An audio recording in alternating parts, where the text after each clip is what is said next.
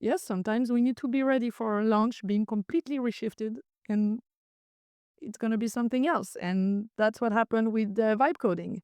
We didn't see it coming, but it switched the market again. So it was a marketing opportunity more than anything else. Like, guys, it means that anybody can vibe code. We're not talking designer, developer, we're talking my grandmother. Everything moves super fast and you don't have too much time to plan.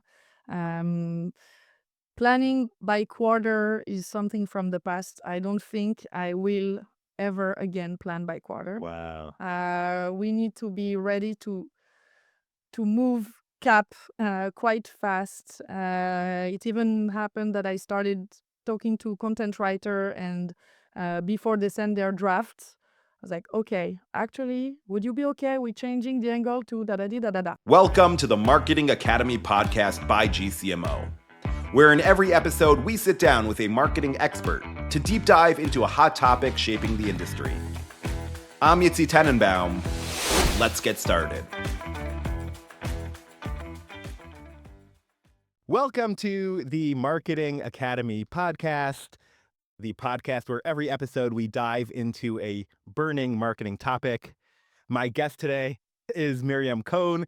She leads marketing for Anima App, which is quite interesting, and hopefully she'll talk about it. The topic today is pivots and breaking into new markets, how to do it, and how to be agile in the business world. Myriam, thanks for being here. Thanks for having me. Yeah, so tell us a little bit about you, how you ended up in marketing, your role now. Okay. The floor is yours. So actually, my first job as a junior marketing was at Wix. Okay. It was still a small company. We could still call it a startup.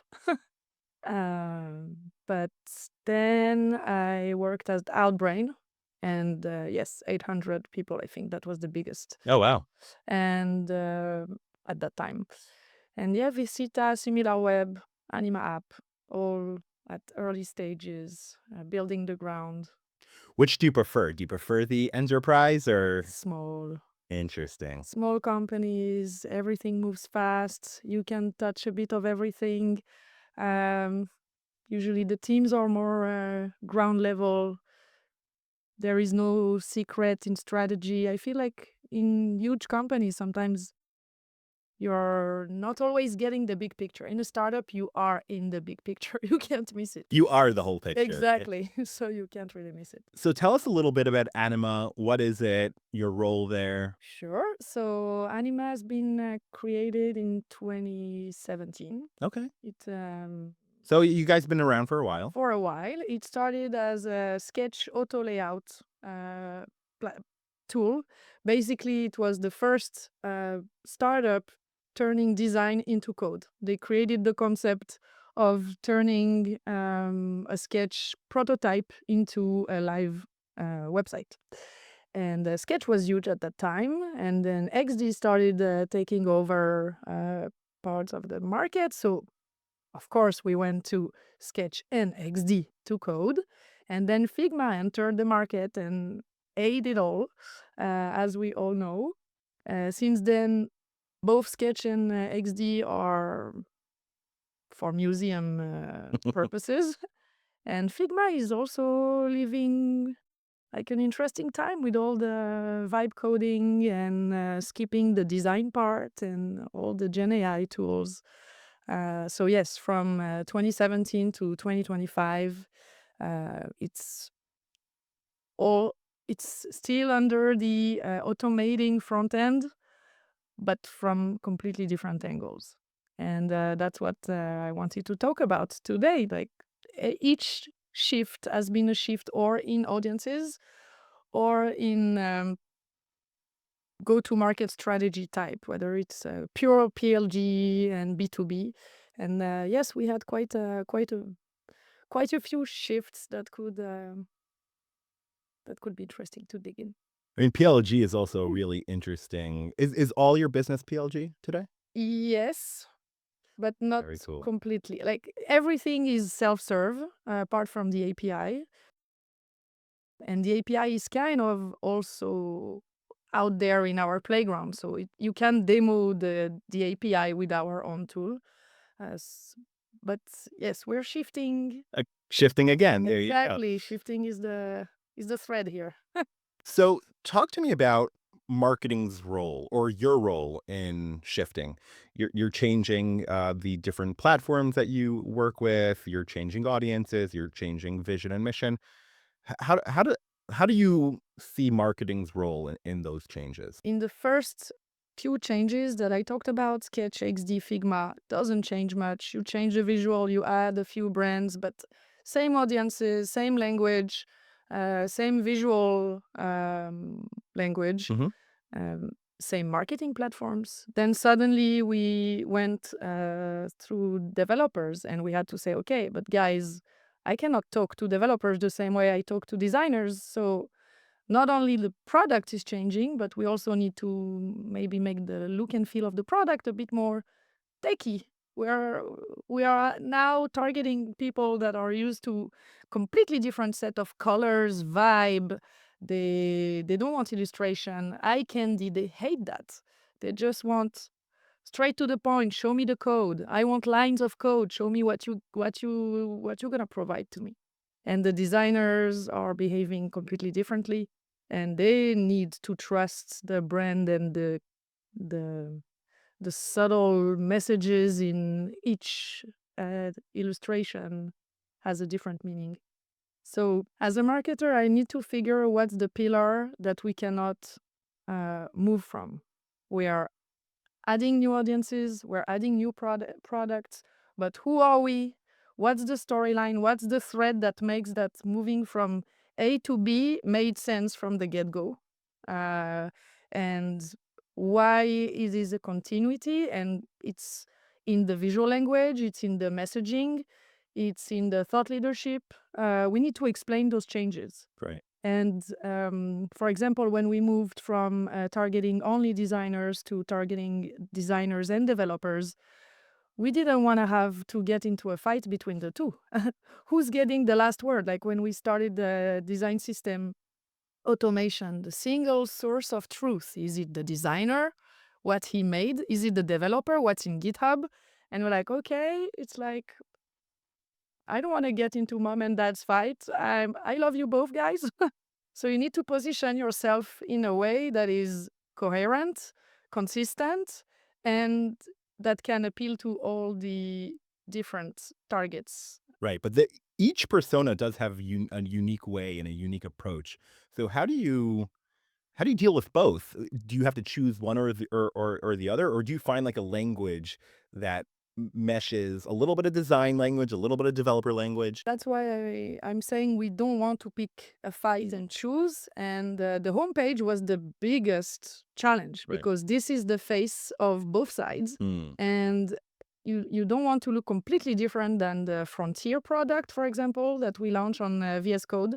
And the language of the VS Code offer, the Frontier language, resonate with the Anima main language, but with a more developer vibe, with a more, let's say, raw and tech vibe. And the homepage was very round and more designer oriented. And we had to do tiny switches, tiny changes to the homepage. So you can still recognize that you didn't land on the wrong website. You're still at Anima, but you see this tiny nuances. We added color. Purple is the the GenAI color by essence. So we added a tiny touch here and there that would connect with the Frontier language, the pure developer offering. Right. So marketing is always a spearhead for the messaging and the personas, but it sounded that you didn't only influence the website and the solution brief and the videos, but you also influenced what the product looked like and what the Absolutely. PMs were building. How do you communicate that kind of dual messaging, the dual personas? How do you make sure that product and UX UI, how do you make sure that they're talking the language that you want to convey to the market? So luckily, we have more or less all these audiences within the company. Right. So interviewing my colleagues, and again, being in a small company makes it easier. Right. And also talking to customers, Mhm. checking what people are saying online, being up to date with the topics. Not a big fan of Reddit, but so much is on Reddit, and you want to hear what the concerns are and be ready before we launch. All the analysis needs to be done even when the product is still in at the embryo phase, when we don't know yet when we're gonna launch. And yes, sometimes we need to be ready for a launch being completely reshifted, and it's gonna be something else. And that's what happened with vibe coding. We didn't see it coming, but it switched the market again. So it was a marketing opportunity more than anything else. Like, guys, it means that anybody can vibe code. We're not talking designer, developer. We're talking my grandmother. So how quickly do you have to go to market with like new messaging and a news story? Everything moves super fast, and you don't have too much time to plan. Um, Planning by quarter is something from the past. I don't think I will ever again plan by quarter. Wow. We need to be ready to move cap quite fast. It even happened that I started talking to content writer, and before they send their drafts, I was like, okay, actually, would you be okay with changing the angle to da da da da da? Yes. So that's how quick things are evolving. We need to be always ready to change cap again within the limitation, and sometimes I have to also raise the hand and say, hey, let's think this through. I don't think the name is okay. I tested it. I'm not sure like a non-technical person would run with it. So as I said, I can ask people in the company, but I can also check myself because now I'm a potential vibe coder. So yes, it's marketing for everyone. At this point, we were in the B2 designer, B2 dev, then B2B with design system, and now we are B2C, I think I can say. And in parallel, more enterprise offering with the API, which is what is powering the vibe coding that we are offering to B2C and that we also sell to other players. And I can tell you that other players are popping out every second. As I told Rotem earlier, the competition and radar channel is on fire for the past year, I think. Everything changed so fast. Again, that's why being agile, being ready to change the messaging, the angles, being able to react to whatever your competition is changing, and never be left behind. I mean, changing from B2B to B2C for a marketer just sounds like a crazy nightmare. Can you talk about like how does marketing change from B2B and B2C? How do you do that? Where do you start? B2C is more a dream than a nightmare. I mean, in terms I of think the change is the nightmare, not the like if you're doing one. everything, B2C sounds so easy after everything else. So it was like, okay, let's have fun. I'll tell you what's fun about B2C is the data that you get, right? Because every little thing has a huge impact. Exactly. You do B2B and you have 80 customers. And so like you run a whole campaign and you get 20 leads, but that's great for you. And B2C you run and you get 20,000. You have much more unknowns, and you need to trust your gut sometimes to figure if a campaign might work. If someone's gonna close in 2 years because of this conference, then it's a win. Right. But you don't have any stats to support this. And in B2C, suddenly you can go wild with branding operation and see a big shift almost instantly. I assume you have to change a lot of the infrastructure. A lot of marketing tools that you used are not always the same or need to be adjusted. Budgeting, you use budget differently, right? So Yes. how do you make that change? How quick was the change from kind of B2B, the B2C? B2B budget was big, but also, as I said, hard to manage. Like you're going to LinkedIn and the leads are so expensive and it takes time, Right. and you need to trust that the budget is going somewhere. And going to B2C, you have the instant reward, the dopamine shot of conversions. So it's so instant and so quick that like budgeting for B2C can be almost instant. Budgeting for B2B is much more long run.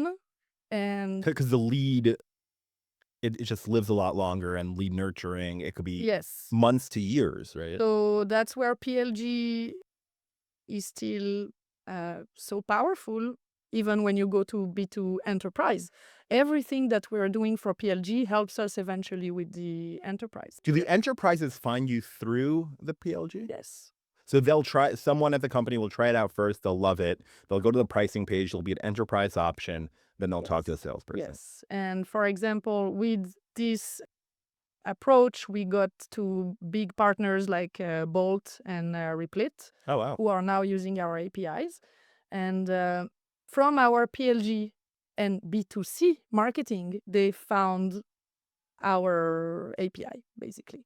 And now we communicated quite a lot about our partnership with Bolt, because everybody knows Bolt. So all the Bolt wannabes are potential API customers. So it's the snowball effect of PLG. It's Interesting. seeing the fruits of all these shifts, one after the other. We had designers knowing us for quite a while, and they would know us for the prototyping tool that you can turn into HTML. Cool. And then the designer, yeah, well, it cut sometimes. Agencies loved us for a while, and now we vibe coding. They know bolts, they know replits, and if they dig a bit, they figure that we're behind their solution. So I'm not investing too much in enterprise pieces. I'm right now. It's more positioning my CEO as a thought leader, having content under his name, trying to get him to talk in places. But we're not there. We're not yet at the let's go to every conferences, get a sales team, and go big. So it's still pretty organic. And we get leads saying, "Oh, I heard your CEO talking in da da da da da," or "I saw this demo by the Bolt CEO," and that's how it's moving. That's really cool. We've spoken actually a lot about turning executives, and specifically the CEO, into like a thought leader. Do you have any tips or ideas for marketers?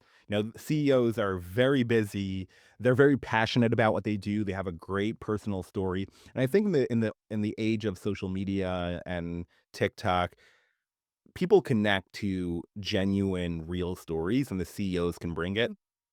Do you have any good advice for our listeners who want to take their executives and turn them into thought leaders and people that can speak and conferences and social media? How much do we control them? How much effect do we have? How do we get them involved? First of all, I don't think everybody is built for it. That is very true. I've had CEOs like this, and CEOs. I was telling you before we started that I had a CEO that we had to kind of trick him that we were actually filming him, because once the cameras got on, he would just shut off. And then I've worked with some executives who are absolute stars, and it makes a difference when you put them on a stage and you have someone with the title that's able to talk is a gift for marketers. Absolutely. Absolutely. So you need someone who has the potential and has the will, because if it's against their will, it might even hurt, I think. Like if you manage to get a spot in like if it's a big opportunity, don't miss it. Right. Send the VP R&D, product, someone who will enjoy being on stage and will give a show. Right.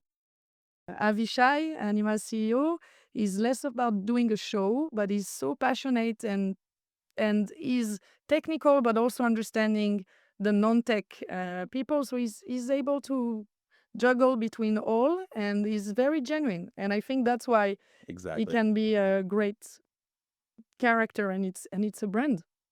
That's what I've been telling him for a year and a half. Like, we are turning you into a brand. No choice. Like help him create content and social media content. Do you like do it for him? Do you kind of give him a script? How does that work? So I don't want it to be marketing content. Mhm. So by essence, I'm usually not like, I can do other type of content, Right. but thought leadership for the CEO, it has to come from him, from VP R&D. There are some, like, I'm pretty techie at this point, but I would not sell myself as Right.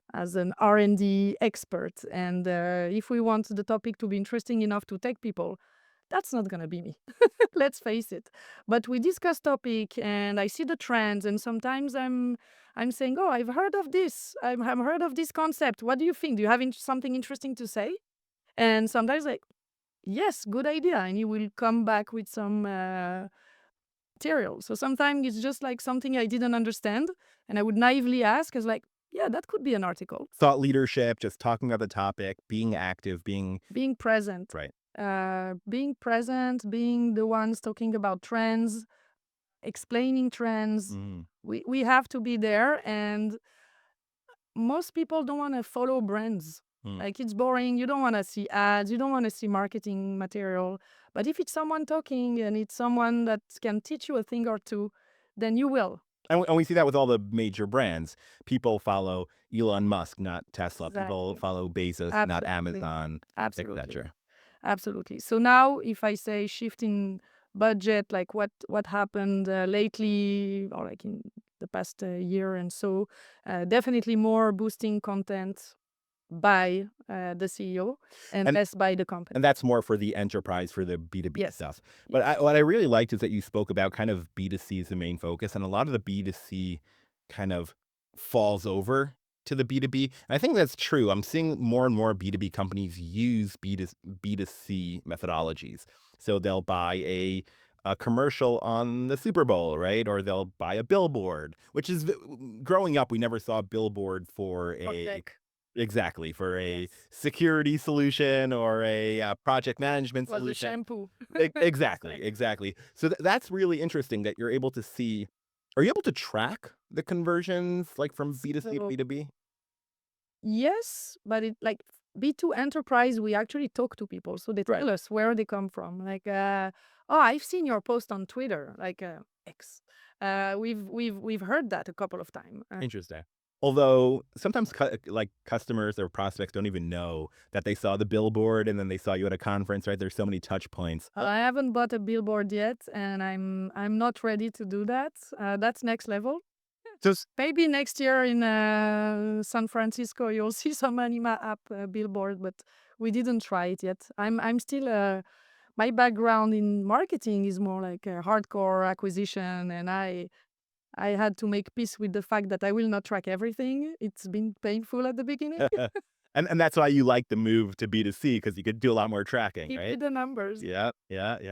Numbers are fun to track and to see. So is it mostly like PPC and social media? Is that So that was the classic marketing approach when I started, and it was B2 designers, and obviously all the Dribble and Award magazines, Smashing Magazine, and of course Google search, right? SEO.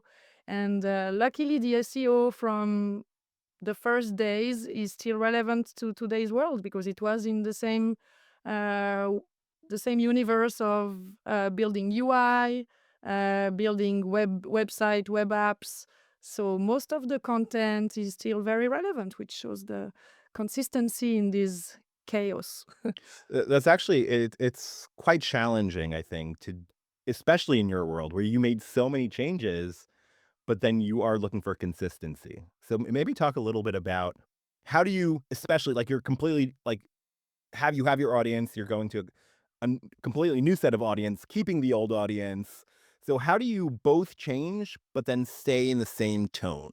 Interesting. So I think the tone changed a bit as well. Right. with designers, it was like the visual language. I mentioned that it was round, but the language was also pretty round.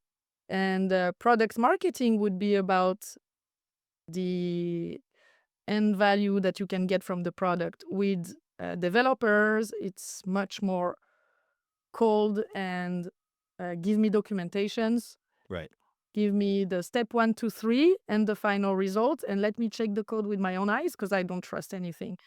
So that's two different tones, but for two different audiences that actually coexisted and still coexist in all our assets. So it's not. So you have individual assets for each persona, or do you have a one asset with both, like targeting both personas? We have different assets for different personas. So you go to the website, is there like two buttons and I could choose which to click and then it'll take me to a different universe? If you're looking for the VS Code solution, you're going to get into a page that is all about that. If you search for documentation, it will look like a very Right.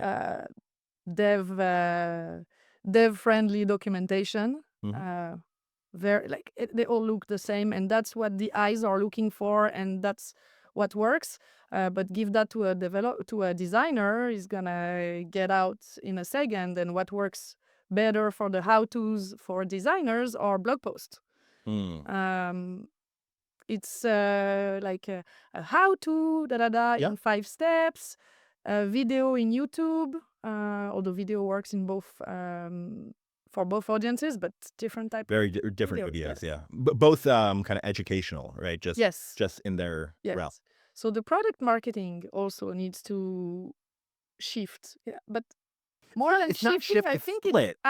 it's adding new colors in the palette.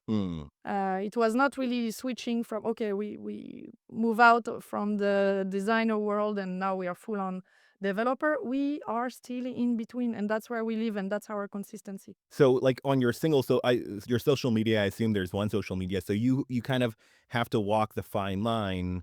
Do you kind of just, today we're targeting designers, tomorrow we're targeting developers? Not really. I would say that by default, the content on Instagram, for example, or Facebook is more for designers. That's cool. Twitter and LinkedIn is much more developer. And banners or reels that I would post on Instagram would have nothing to do in my feed in Twitter, for example. Right.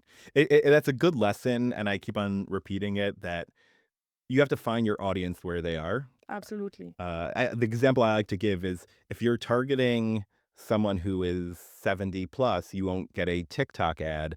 But if you're targeting a 17-year-old, you're probably not going to buy an ad on a radio or a newspaper. Absolutely. So Absolutely. And if I have to say where my audience is right now, it's on ChatGPT. Even Google search is becoming less relevant. Like ChatGPT, Gemini, and all of that, it's everywhere. But in my audience in particular, it's intense. We live in the GenAI. interesting. So I will plug another episode that we have for GEO,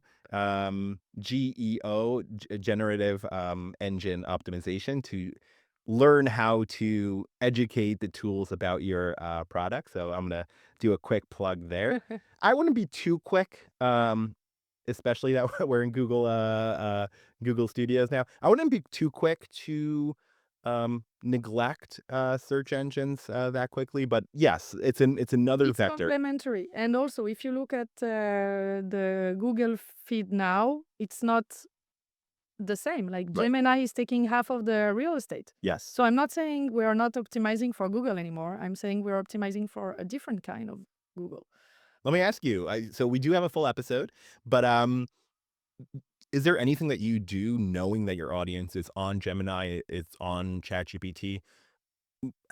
What do you as a marketer do knowing that your audience is very active on those tools? So I need to talk to bots. I've been doing SEO and optimizing for crawlers. Now I need to optimize for ChatGPT and Gemini and and rock soon. And basically, a lot of it is going back to old school SEO. Since, again, it's a bot reading the content, everything needs to be super organized, schema and semantic, everything that can give tips to the platforms. And yes, that's a new world.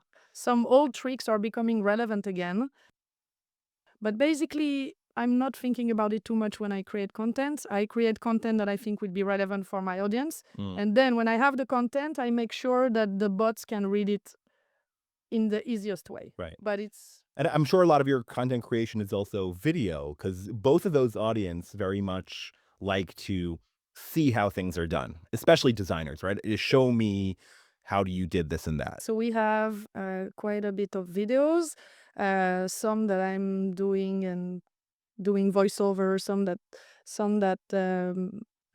like content creators are making for us, but not in the ads world.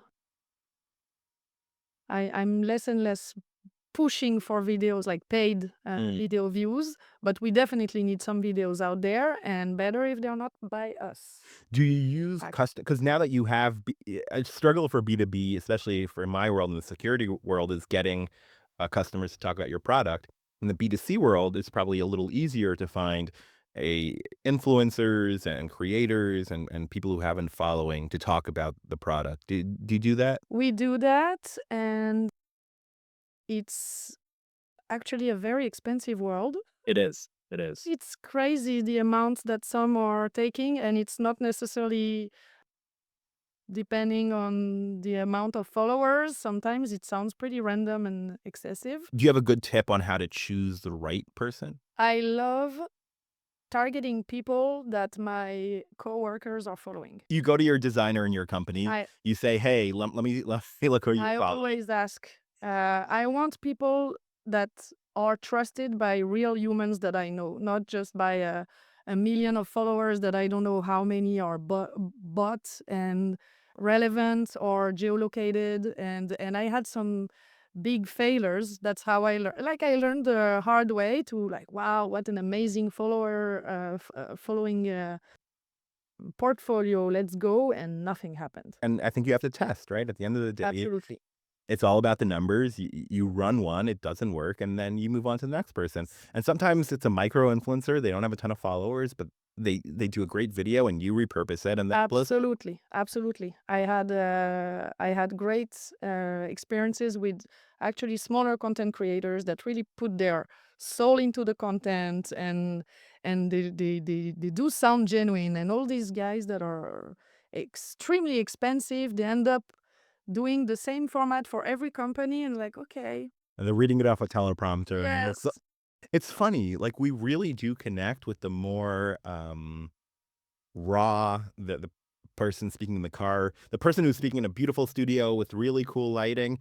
It hits a little bit differently than someone who's walking on the street. It's I get that. They're looking for the raw, the real, the people who are Yes. someone who's like me, I think. Even more in tech, I think. We are, I think, when your audience is within the tech world, we're all more or less allergic to over marketing.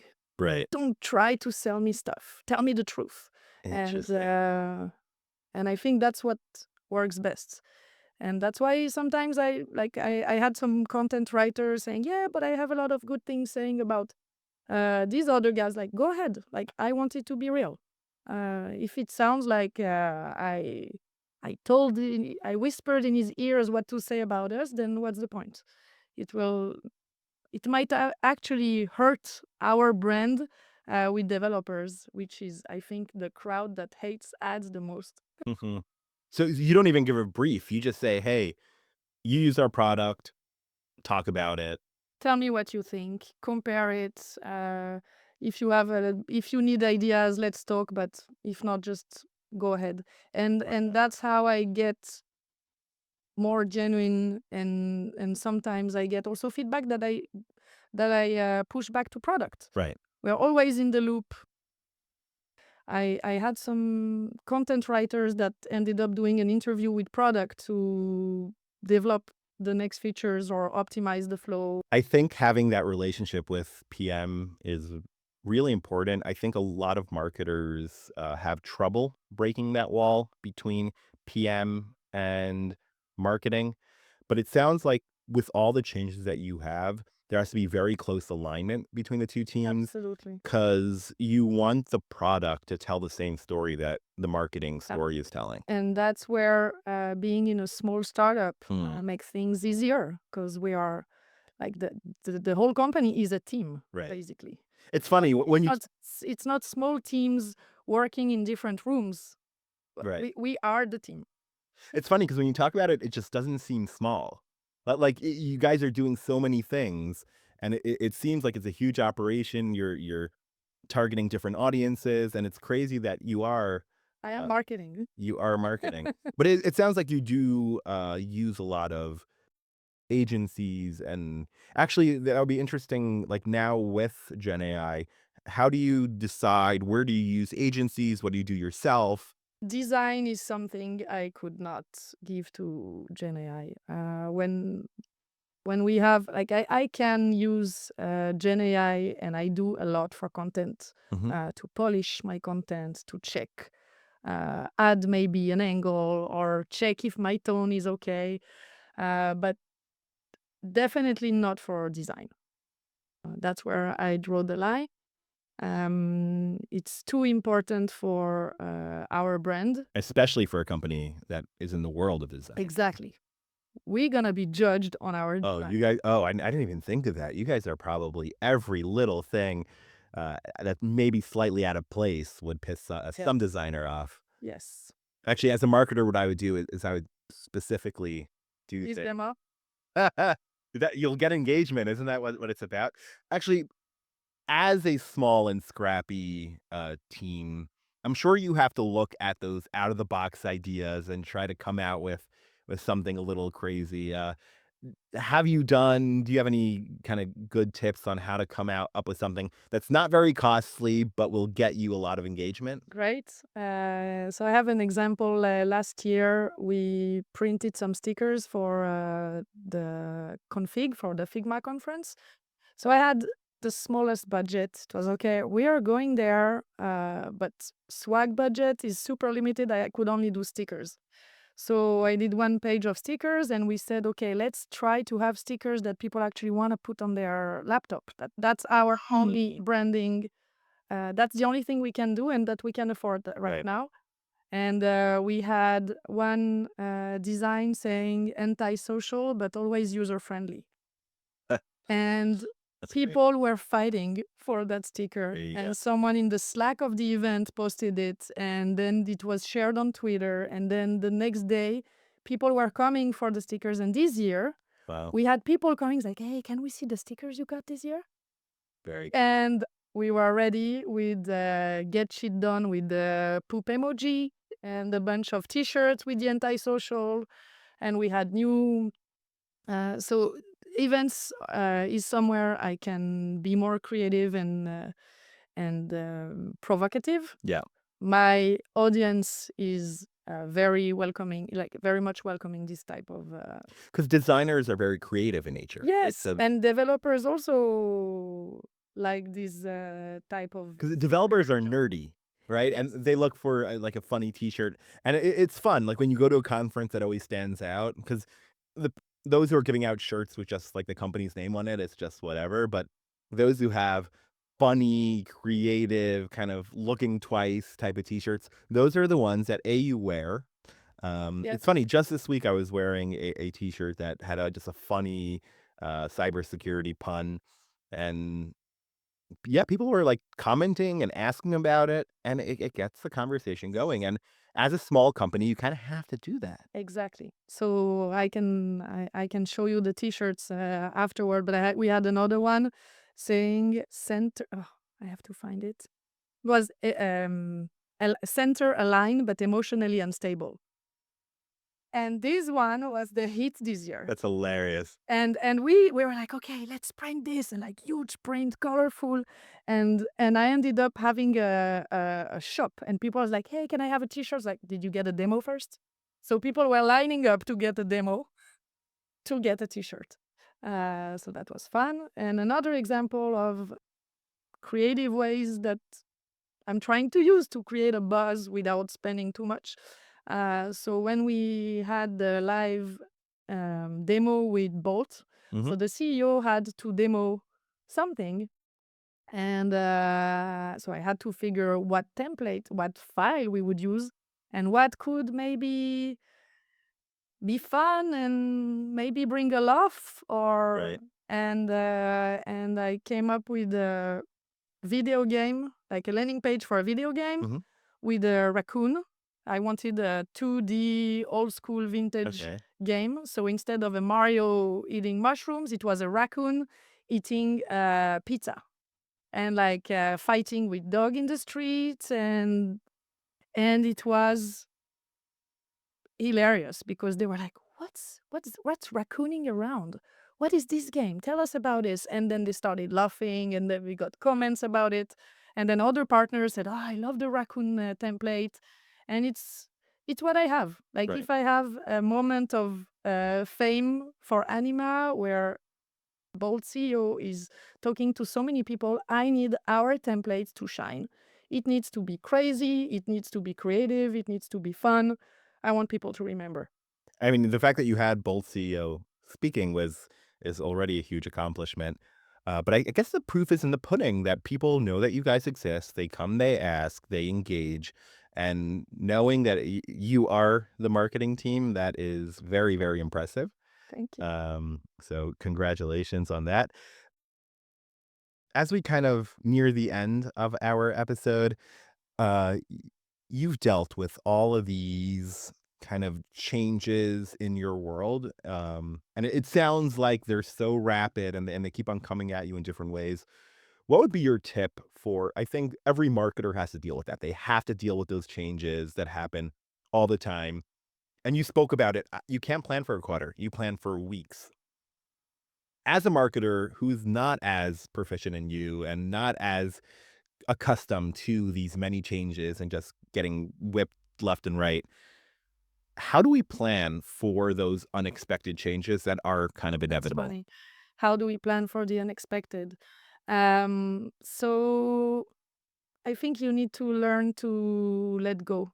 That like you cannot plan everything because there will be unexpected things. Even if you try to cover all the corners, there will be surprises. So Right. my first tip is don't try to cover every corner because it's not going to happen. Just make sure that you are chill enough to go with the flow when the change comes.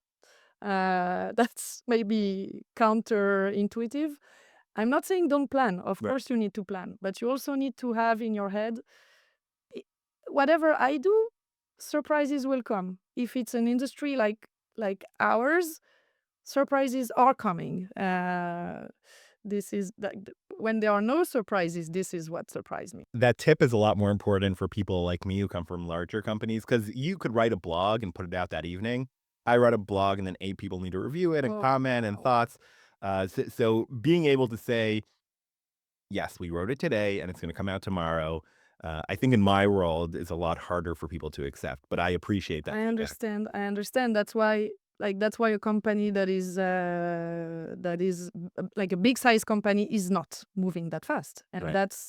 that's one of the positive side of being in a startup when the world is changing so fast. Although leaders in large companies really need to think, and you'll see that happening. Yes. How do we, despite our size, still move fast? Because if you think of those old time companies that our parents used to work at, they're slowly dwindling away because they weren't able to adapt. Yes. So I think even large companies and marketing leaders at those companies need to figure out. Now, for you, it's a lot easier to do. You just do, like you go on your phone and you post to Twitter. Yeah. I go and I email the person who's in charge of the Twitter, right? And so So- it's how do I, and that's something that I need to learn to do is for myself and employees and the team is how do you encourage that agility? So that's important. So I think it's a lot of being proactive, and even if I can use a Hebrew word, a bit of chutzpah. Right. Because if you believe that this post needs to go live tonight because it's crucial and the market is experiencing something and that's the time, and next week it's gonna be too late, skip the levels, go to the boss and say, hey, That now. needs to happen. And Yep. that's my tip. Probably easier to say than to do, but I think the big companies that are not able to move faster, like you said, might lose their advantage over time. That's why a lot of companies, big companies, are also working in the structure of a lot of small startups. And I think that's a way to be more agile. Like instead of a product team, you have a startup within the company. Right. And then they have this agility of changing cap. You kind of have to do, like, you have no other choice Yes. today. Like the corporate 8 levels of approval, I think this is something that will have to die. Personally, I will not miss it. You know, it drives me crazy when a trend happens and you're on social media and you see everyone doing the trend. 3 weeks later, some gigantic company does the trend and you're like, guys, come on. We're after the trend. Exactly. So I think if someone has the proactive mind and the pushy mind of saying, okay, let's skip all this level, I'm gonna go to this guy right away, send him what I think and why I think it should happen now, that can make a difference. Chutzpah. Chutzpah, yes. But you also need to have someone who's able to take it up there. Right. And not be like, what the hell? But if it's... Israelis are also very good at asking for forgiveness as opposed to approval. Kind of sneak things. Yes. I'm giving away my I'm gonna get in trouble, but that's also a little trick that we do. Absolutely. Well, sometimes I have to post something without getting the review, and I'm like, okay, worst case, I will change it after it's live. Like, Right. the world's not gonna read it the second it's live. Mhm. Post, edit it later. And I think there is also importance for urgency and crafting the narrative. If something comes out and you're first to talk about it, I think there is importance to that, and especially in the Reddit worlds, and like if you're able to be there, you're quick, you're reacting quickly. That's if you're the fifth or eighth in your industry to come out with something, That's it. It's irrelevant. Don't even bother. again, easier said than done, right? No, of course. But for a small company, if you're the eighth one, just go home, take a bath. There you go. Okay. The next trend on time. But we spoke a lot about changes. We spoke about kind of going into new markets and a market that's always changing. I like, yes, you're at a smaller company, but I do think that everyone, no matter the size of your company, you're dealing with changes because the macro is changing. The technology is changing with Yes, what happened to you with Gen AI. Every single company, for sure. For sure. it happened to them. So I think hopefully I've taken a lot of ideas and kind of thoughts from this talk, and I assume many others will as well. So, Myriam, thank you so Thank you much. so much. Before we go, I do want to thank Google for Startups.